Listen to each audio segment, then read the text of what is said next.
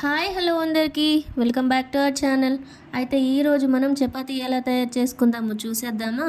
మాకు చపాతీ చేయడం కూడా రాదా, నువ్వు చూపించాలా అని అనుకుంటున్నారా? అదేం కాదు, ఇది మల్టీగ్రెయిన్ చపాతీ అన్నమాట. ఈ పిండి వచ్చేసి మనం రాగులు, జొన్నలు, సజ్జలు, గోధుమలు ఇవన్నీ కలిపి మనం గిన్నెలో పట్టించుకొచ్చుకున్న పిండి అన్నట్టు. సో ఈ చపాతీని మనం నార్మల్గా చేస్తే రాదన్నమాట. మనం చేతితోటే చేయాల్సి ఉంటుంది. కోల అవసరం లేదు, చేతితోటే చేయాల్సి ఉంటుంది అన్నట్టు. మంచిగా ఇట్లా కొన్ని కొన్నిగా వాటర్ పోసుకుంటూ మనం చపాతీ పిండి ఎట్లయితే కలుపుతామో అట్లనే కలపాలన్నమాట. మంచిగా మంచిగా మిక్స్ చేసి సాఫ్ట్గా అయ్యేంత వరకు ఉంచుకోవాలి. తర్వాత మంచిగా ఇట్లా మనం ప్రిపేర్ చేసుకోవాలి, ముద్దలు ప్రిపేర్ చేసుకోవాలి. ఎన్ని అయితే అన్ని ప్రిపేర్ చేసుకోవాలి. బట్ చపాతీ పిండికి కొంచెం చిన్నగా తీసుకుంటాం కదా, దీనికి కొంచెం పెద్దగా తీసుకోండి, ఎందుకంటే కొంచెం లావుగా ఉంటాయి ఇవి. సో అందుకని చెప్పి సో చూస్తున్నారు కదా, ఇట్లా ఒక 3 అయితే తీసేసుకున్నాను. ఇట్లా సాఫ్ట్గా ఉండాలి పిండి అనేది. ఇక్కడ వచ్చేసి ఒక చెంబులో నేను కొన్ని వాటర్ తీసుకున్నా, అట్లనే ఒక క్లాత్ తీసుకున్నా. చూస్తున్నారు కదా, ఈ క్లాత్ ఇట్లా వాటర్లో కొంచెం సేపు నానేయాలన్నమాట. నానేసిన తర్వాత చూస్తున్నారా, నేను ఇట్లా పెనం వేడైందా లేదా అని చెప్పి కొన్ని వాటర్ అట్లా వేసి చూస్తున్నా. మంచిగా గరం అయితే అయిపోయింది. చేతితోటే ఇట్లా ఒత్తుకోవాలన్నమాట. ఈ చపాతీని మనం కోల అవసరం లేదు, మనకు కోల లేకుండా చేసుకోవచ్చు. మంచిగా బియ్యం పిండి అయితే వేసేసుకోవాలి ఫస్ట్. దానిపైన పీట పైన బియ్యం పిండి వేసేసుకొని ఈ చపాతీని ఈ విధంగా నేను వీడియోలో చూపిస్తున్న విధంగా ఇట్లయితే చేయాలన్నట్టు. ఇట్లా మొత్తం హ్యాండ్ తోటే చేయాలి.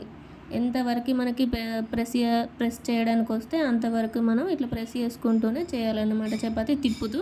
బియ్యం పిండి మాత్రం కొంచెం ఎక్కువనే పడుతుంది దీనికి, ఎందుకంటే అది మల్టీగ్రెయిన్ పిండి కాబట్టి బియ్యం పిండి ఎక్కువ పడుతుంది. కొంచెం కింద పీట మీద బియ్యం పిండి అయితే ఎక్కువ వేసుకుంటూ, మీద కొంచెం చేతులకి మనకి వేళ్ళకి అతుక్కుంటుంది కదా చపాతీ అనేది, అందుకని కొంచెం పైన కూడా బియ్యం పిండి అనేది వేయాలన్నట్టు వేసుకుంటూ మంచిగా ఇట్లా ఒత్తుకోవాలి.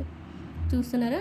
బట్ ఇది మనకి హెల్త్కి చాలా మంచిది, మన గోధుమ పిండి కంటే చాలా మంచిది అన్నమాట. అన్నీ ఉంటాయి కదా, రాగులు, జొన్నలు, సజ్జలు, గోధుమలు అన్నీ మిక్స్ ఒక 4-5 రకాలు అట్లా చేసుకుంటే మంచిదన్నమాట. ఇంకా పెనం అయితే వేడైపోయింది కాబట్టి మనం చపాతీ అనేది దాని మీద వేసేసుకోవాలి.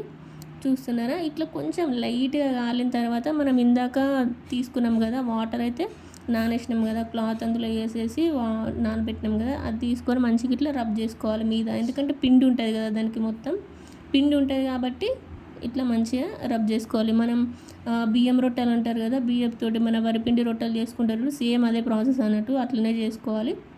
మంచిగా కాలిన తర్వాత, కొంచెం లైట్గా కాలిన తర్వాత మనం చపాతీని తిప్పుకోవాలన్నమాట. సో చూస్తున్నారు కదా, ఇట్లయితే మనం చేసుకోవాలి. ఇది మనకి చపాతీలాగా కొంచెం లైట్గా కాలవద్దు, ఎక్కువ కాల్చుకోవాలన్నట్టు. అప్పుడైతేనే లోపల పిండి అనేది మంచిగా ఉడుకుతుంది మనకి. ఇట్లయితే మనం చేసుకోవాలి. సో చూస్తున్నారా, మనకి మల్టీగ్రెయిన్ చపాతీ అయితే రెడీ అయిపోయింది. ఇది మనకి షుగర్ ఉన్న వాళ్ళు, షుగర్ ఎక్కువ ఉన్న వాళ్ళైతే తినడానికి బాగుంటుంది, హెల్తీగా కూడా ఉంటుంది వాళ్ళకి. షుగర్ ఎక్కువ రాకుండా మనకి ఇప్పుడు గోధుమ పిండి కానీ వేరే ఏ పిండి యూజ్ చేసినా కానీ అందులో షుగర్ ఉంటుంది కదా, మంచిగా ఇలాంటి చపాతీస్ అయితే వాళ్ళకి మంచిది అన్నట్టు. షుగర్ ఉన్న వాళ్ళకి ఎవరైనా తినొచ్చు, హెల్తీ పర్పస్. సో మీకు నచ్చినట్టయితే లైక్ చేయండి.